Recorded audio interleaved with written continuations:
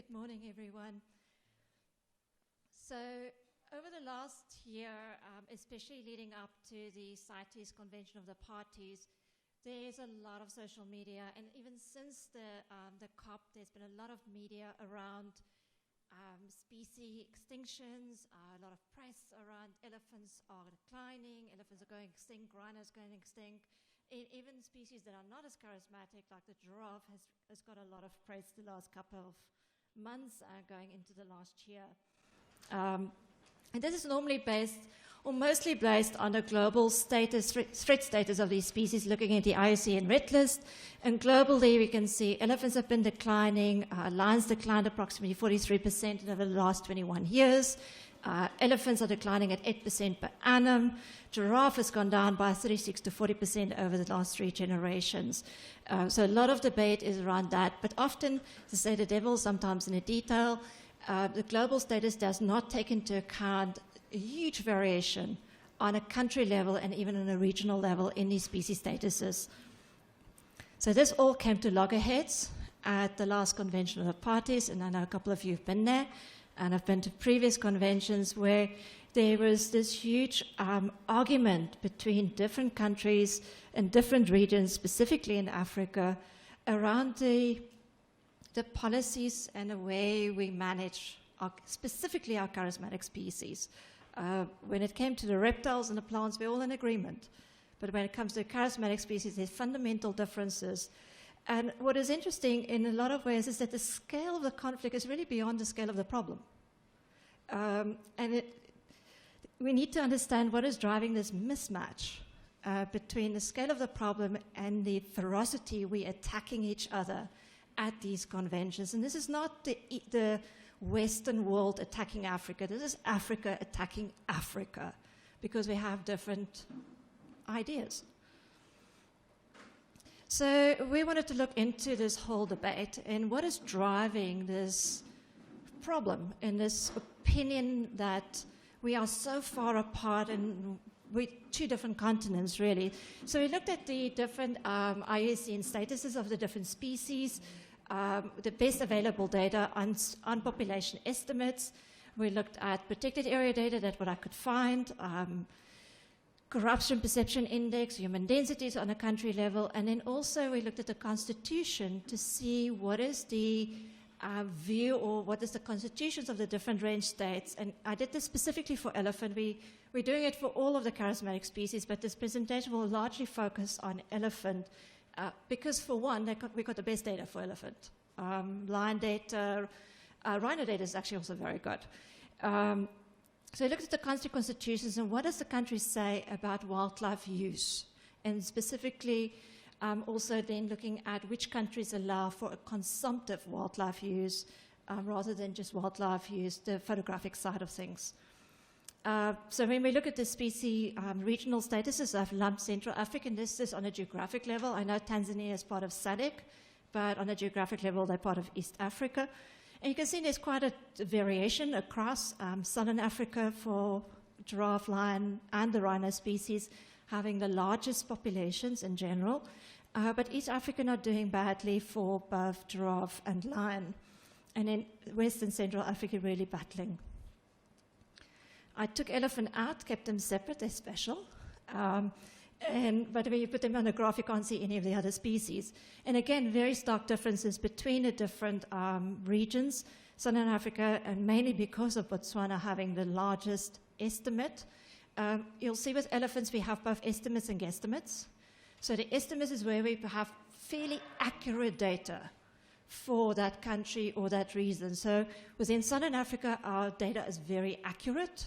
And the African Elephant Specialist Group collates this data on a 4-year basis, basically, and publishes it on a database, where for Central Africa, we have more guesstimates than estimates. So the variation is actually quite huge, and that's mainly also because that's where your forest elephant is sitting. So it kind of tells a double story. One side is it's harder to count forest elephant than savanna elephant, but also it is conservation effectiveness and the effort in actually managing and counting and looking after the species. Regionally, again, there's a bit of difference in the elephant range available for the different regions. But when we look at protected areas, the area within a region under protection, so this is not specifically elephants, this is protected area. There's not much of a difference between the different regions. I mean, all regions are invested in conservation one way or the other. But there might be very differences in protected area effectiveness, but that we can't have a look at. We need some more data on that. So the next thing I did is to actually look at consumptive wildlife use, and I lumped the countries together that actually utilize each of these charismatic species. So for elephant, if you look at the elephant side, the 7 there is the number of countries that hunt, trophy hunt elephant, and then the population estimate for those countries combined, and then 30 countries, elephant range countries that do not hunt. It's similar for giraffe, lion, black rhino, and white rhino. And again, quite big differences. So the next thing was actually looking at the legislative framework. So what does the Constitution say? And you've got to remember that Africa went through quite a lot of different things. So originally we had cultural taboos that managed how we utilize and protect our wildlife. Then we had a time frame where we went through the colonial era, and animals were literally exploited across Africa. In South Africa, we know the history, where large portions of our populations were wiped out. That was a trend across Africa.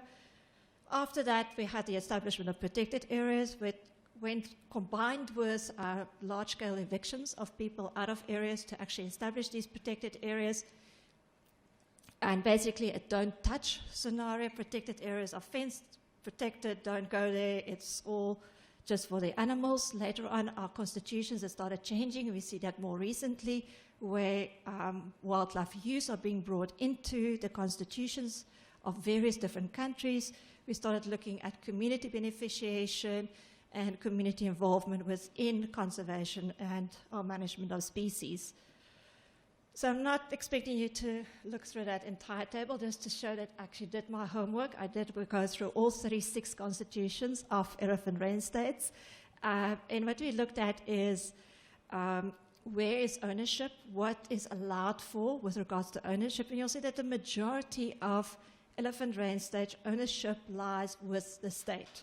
And there's a handful of countries that actually make allowances for the divulgence of ownership or user rights to a landholder or to the people. The next column is whether the Constitution allows for wildlife use. And then the third column is whether they apply that wildlife use, specifically to elephant in this case.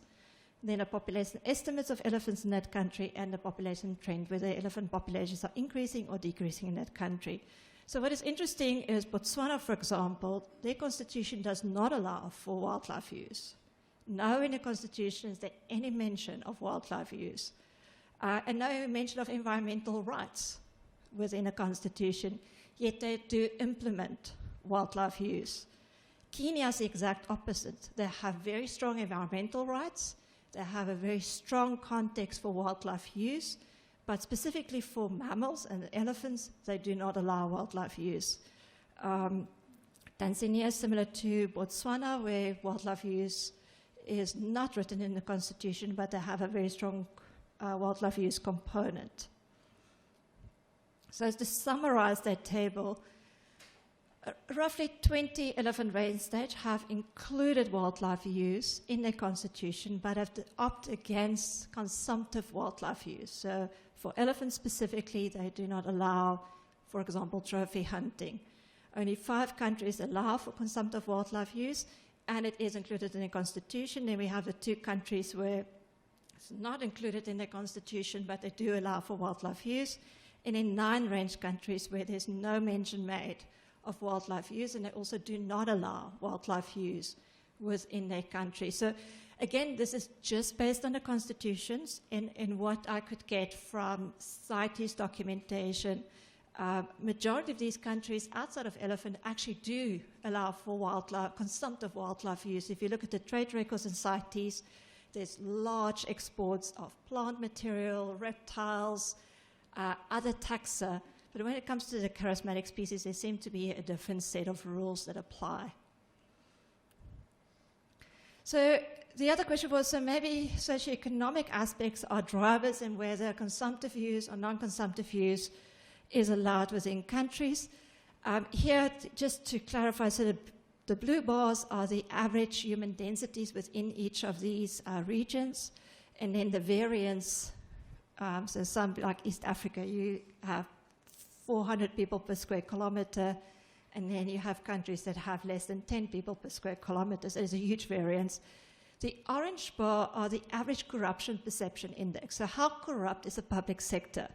Now, the higher the bar, the less corrupt you are. The lower the bar, the more corrupt you are. So just again, East Africa can see high human densities and also large variation. Southern Africa, human density is much lower, corruption index higher, which means that there's lower corruption. West Africa, average to high human densities and then a fairly high corruption index. So just to kind of start summarizing up, 56 of our elephant range states included wildlife use in their constitutions, but choose not to include consumptive wildlife use for mammals or then specific charismatic species, where only 7 countries have opted to actually apply consumptive wildlife use. When we look at the data, we look at the population estimates of these countries, this is not a biological issue. It's not, the biology, the size of the populations is not the reason, it's not the driving factor why some countries or some regions are saying we don't want consumptive use. It's also not an economic issue. So in many cases, it might be a conservation effectiveness issue, looking at the corruption index, the human density indexes. But largely, I think it's a political issue that's relating to conflicting agendas, disempowerment. It's fundamentally a societal issue where there's different value systems, there's different views on welfare, ethics, and morals. And this also relates to the drive within Africa, across Africa, of strengthening of a decolonized African perspective. So despite the differences in conservation philosophy and management are often highlighted and put at the forefront when we look at our international conventions, there's actually more similarities than differences in the approaches we follow. Majority of countries have consumptive use for species. We have an understanding of wildlife use, but it's different for our charismatic species. And for conservation to be successful, also for our charismatic species, but in general for conservation, we really need to start understanding the reasons between the different perspectives. Stop formulating one argument while the other party is presenting their argument, and rather listen to the arguments. Because Southern Africa is talking biology, and East Africa is talking values, and we're not hearing each other. So as long as we're talking different things, we're not going to actually find a solution to the middle. So we need to understand these philosophies, what drives the philosophies, and then we can actually start asking the right questions to try and understand each other better.